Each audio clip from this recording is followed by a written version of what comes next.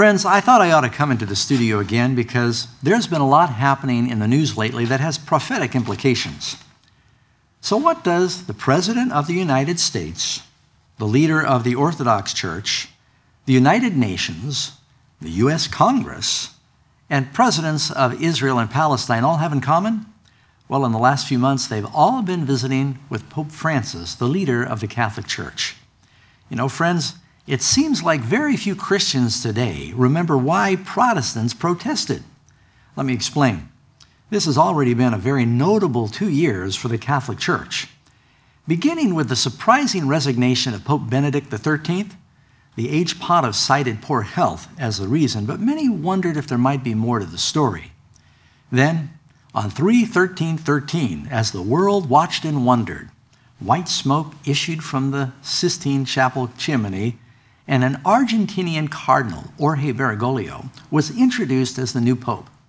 This was not only significant for the 1.2 billion Catholics worldwide, as he's the first pope from the Americas and the first to be named Francis, but it would be especially alarming to Protestants that this seemingly humble man is the first Jesuit elected as pope. I think this has profound implications. You know, Luther, Calvin, Zwingli, Knox, Jonathan Edwards, Matthew Henry, Adam Clark, just to name a few, all identified the Roman Catholic Church as the beast of Revelation 13 and the papacy as Antichrist. During the Reformation, thousands of Catholics returned to the Scriptures and discovered the truth about Jesus. Unfortunately today, most Protestants and evangelicals have historical amnesia, all forgetting what the significance is that separates them from Catholicism. Now, don't get me wrong. Pope Francis might be an absolutely wonderful individual. I'd like to meet him. I support his modest and conservative positions on several issues. Furthermore, I expect to meet millions of former Catholics and current Catholics in heaven. We're not talking about people's personal temperaments, but rather Catholicism's official view regarding Scripture. For example, have we overlooked the Pope's claim to be God on earth? Pope Leo XIII said, "We hold upon this earth the place of God Almighty." You know, that's very troubling. So let me give you an example of what some of these interesting headlines are. I suppose that most of us have heard that not too long ago, Pope Francis officially canonized 2 former popes, meaning they can be venerated and prayed to. What does it mean when a man says that he's got the power to officially deify other men, where you can pray to them and they ostensibly can then take your prayers to God and tell the Lord or Jesus that they need to answer your prayers now? What does that say about a man who claims to have the authority to make other people saints to be prayed to? Not to mention what it says about the state of the dead. In reading the New York Times article about this, written by Jim Yardley, he says, notable among the cardinals and political leaders seated near the outdoor altar was Benedict XIII, the former pope who has remained largely out of the public eye since his historic resignation last year. His decision to step down led to the papal election of Francis. Francis gently embraced Benedict at this occasion where the other 2 popes were canonized, who is now simply known as Pope Demetrius. The author of the article goes on, "For Francis, who has emerged as a major global figure after only 1 year as Pope, the canonization ceremony offered a stage to underscore his broad agenda of trying to bring together different Catholic fractions as he prepares for 2 major meetings in which prelates are expected to address some of the most contentious social issues facing the Catholic Church." The 2 former popes are icons to different constituencies within the Church that by canonizing them together, Francis was making a political statement as well as a religious one. And here the author is talking about Pope John XXIII being canonized and Pope John Paul II. They came from 2 very different sides of the religious views within the Catholic Church. John XXIII is a hero to many liberal Catholics for his Second Vatican Council of the early 1960s, which sought to open the Church to a more modern era. On the other hand, Pope John Paul II, he's a hero to many conservative Catholics because of his resistance to liberalizing elements of the Church. By pairing their canonization, Many analysts said Francis sought to de-emphasize their differences in the service of trying to reconcile divisions within the Catholic Church and find consensus as he prepares for the meetings known as synods, centered on the theme of family. It'll be interesting to see what comes out of these family synods. I expect they're going to talk about the importance of keeping Sunday holy. More than 5,000 priests and over 1,000 bishop leaders and other dignitaries from more than 90 countries joined the throng. The spectacle was beamed across the world. You know, another thought that popped into my mind in connection with the canonization of these former popes. They, Catholics, call the popes the Holy Father. And so when you've got two former popes that are canonized and they can be prayed to, doesn't that create confusion for Catholics when they pray, Our Father, which art in heaven? Which one are they talking to? Perhaps that's why Jesus said we shouldn't be calling any man Father, a religious leader, because we have one Father in heaven, which is God. You know, the Bible tells us that we're not supposed to be praying to men. You can read, for instance, in 1 Timothy chapter 2, verse 5, there is only one God and one mediator between God and man, and that's Jesus Christ. And so the idea that we're praying to fallen or dead popes, that is unbiblical. This was also an interesting event because at this enormous mass where these popes were canonized, they actually had two living popes there canonizing two dead popes because Pope Benedict was present as well. Just a very interesting event. Then the other thing that happened is the Pope recently made a trip to the Middle East, and it seems like he's sort of inserted himself in the peace process. The United States has been failing to get any kind of consensus among the leaders of Israel and the Palestinians, and so now the Pope has said, let me take a crack at it. And so the Pope, he came with great fanfare. He visited a number of holy sites, and keep in mind there's a lot of significance to this. It's not an accident that the Middle East represents the holiest places and the history for the world's Muslims, for the Catholics, and for the Protestants and the Jews. And so going there has a lot of significance. And the Pope appearing on the site of the Temple Mountain, where the Dome of the Rock is, the place where Solomon's temple was, the temple where Jesus taught, where the Jews would like to build another temple someday. Problem is right now there's one of the holiest of Muslim shrines there called the Dome of the Rock. His being there and getting photographed in that location, I just brought back to my mind one of the verses in the Bible, 1 Thessalonians 5, verse 1. But concerning the times and the seasons, brethren, you have no need that I should write to you. For you yourselves know perfectly that the day of the Lord so comes as a thief in the night. For when they say peace and safety, then sudden destruction comes upon them as labor pains upon a pregnant woman, and they will not escape. But you, brethren, are not in darkness, so that day should overtake you as a thief.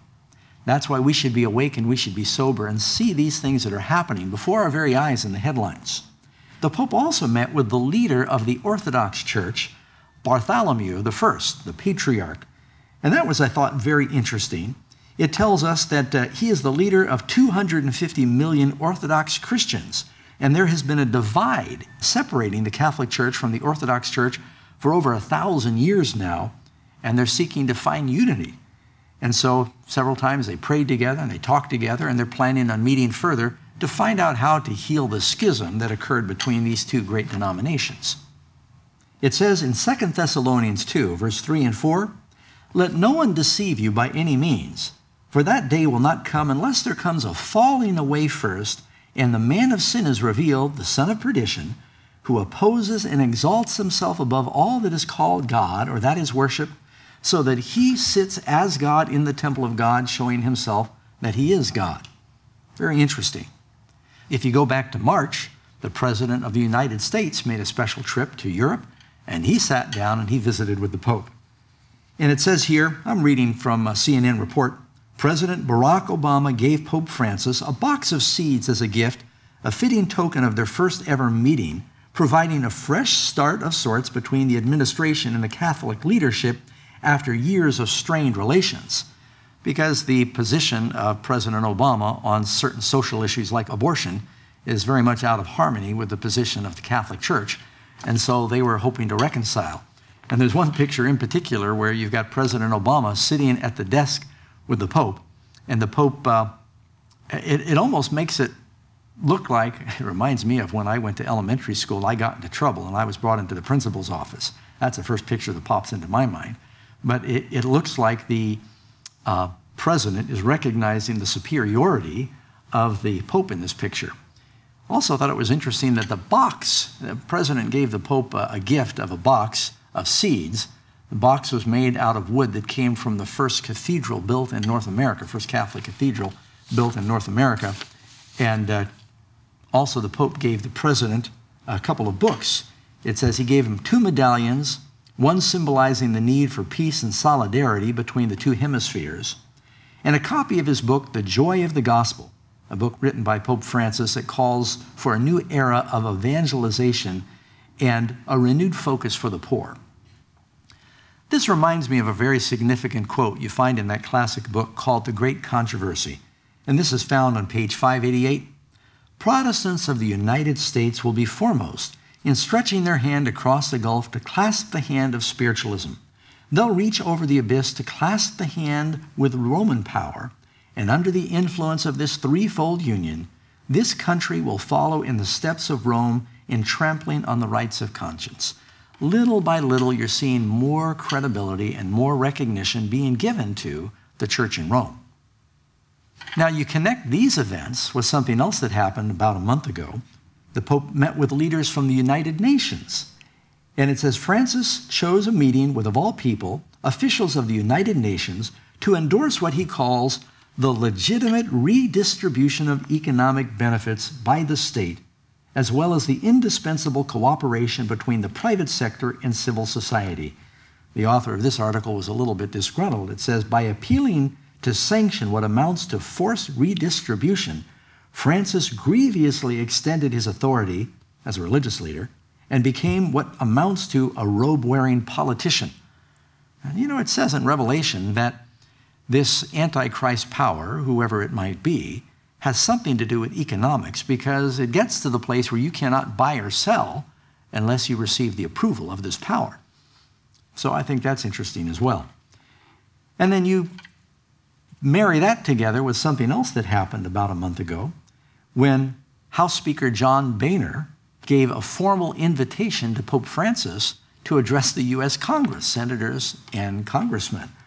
Not only did he give this special invitation, this will be the first time in history that that's been done, and it was supported not only by the Republicans, but just as much by the Democrats. Nancy Pelosi, the Democrat leader from California, she was pleased to join Boehner in making the invitation, adding that she has been inspired by the messages of peace, compassion, and brotherhood that have come from Pope Francis. You know, it might be worth mentioning at this point that House Speaker John Boehner is a Roman Catholic, as is Nancy Pelosi, as are most of the Supreme Court judges in the U.S. today, when at one point in American history, there were no Roman Catholics on the Supreme Court. Well, friends, it seems like more and more is happening where we see that this is a very busy Pope who is doing all he can to try to thrust himself on the stage of the world as both a financial leader in economics, a leader in politics, a leader in spiritual things. And sure enough, that prophecy is coming true. All the world is wandering after the beast. This is why Ellen White wrote in the book Great Controversy, page 563, the Protestant churches are in great darkness, or they would discern the signs of the times. The Roman Church is employing every device to extend her influence and increase her power in preparation for a fierce and determined conflict to regain control of the world and to reestablish persecution and undo all that Protestantism has done. Friends, if I seem excited, it's because a lot really is happening. I don't know if I've, in my life, ever seen so many events that are transpiring in such quick succession that seem to have some prophetic relevance. And that's why it's so important. If you don't understand why this is important, you need to get a hold of that video that we recently produced called Revelation, The Bride, the Beast, and Babylon. You can download it from iTunes. You can order it from Amazon. It's at all major outlets. And you can go to the website. It's called revelationmystery.com. So friends, as we witness these different components of prophecy all coming together, that shouldn't frighten us. That's actually good news. It reminds me of that verse where Jesus said, "Now when these things begin to happen, look up, lift up your heads because your redemption draws near." Luke 21:28. Well, friends, a lot has been happening in the news lately, and I expect there's going to be more in the near future. So I hope that you'll join me for our next prophecy update.